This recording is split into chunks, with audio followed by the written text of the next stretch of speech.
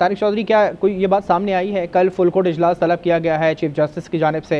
अब दोनों जज साहिबान जिन्होंने ख़त लिखा था चीफ जस्टिस साहब को 27वीं यानी तरमीम से मुतालिक बात करने के लिए, अब कल इजलास होगा, क्या इस हवाले से कोई खबर है? ये इजलास में शरीक होंगे नहीं?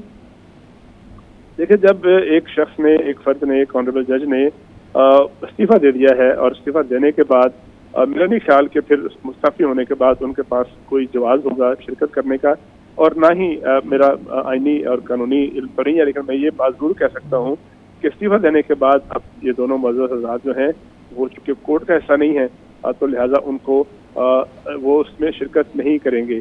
हाँ, अलबत्ता ये हो सकता है, एक हाइपोथेटिकल बात है कि अगर जो है वो chief justice supreme court of Pakistan जो है वो उनका इस्तीफा कबूल ना करें और उनको दावत दें, एक मफरूजे की बात है, तो फिर तो कोई इम्कान हो सकता है। लेकिन अगर वो मुस्ताफ़ी हो चुके हैं और अपनी जो इंडिपेंडेंट विल से मुस्ताफ़ी हुए हैं और इस्तेजाज में मुस्ताफ़ी हुए हैं, तो फिर मुझे नहीं लगता कि वो इस प्रोसेस कैसा बनेंगे या फुल कोर्ट में बैठेंगे। अच्छा, 3 कंप्लेंट जिसमें से 3 लोग हैं जिन्होंने कंप्लेन की, 2 तो मुस्ताफ़ी हो गए हैं, एक जज सलाउद्दीन पवार जिनका ख़त आज भेजा गया था चीफ जस्टिस को।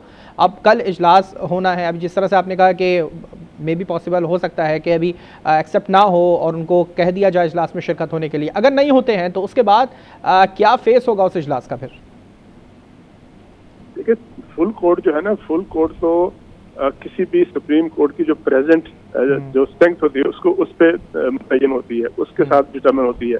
अब अगर फर्ज करें 20 जजेज हैं, 21 जजेज हैं और 21 में से 2 इस्तीफा दे देते हैं या 3 इस्तीफा दे देते हैं, तो जो बाकी 15 जज हैं वो फुल कोर्ट से सबर होंगे। ऐसा नहीं है कि अगर किसी ने इस्तीफा दे दिया तो इस्तीफा देने के बाद जो है फुल कोर्ट का जो इंस्टीट्यूशन है वो खत्म हो जाएगा।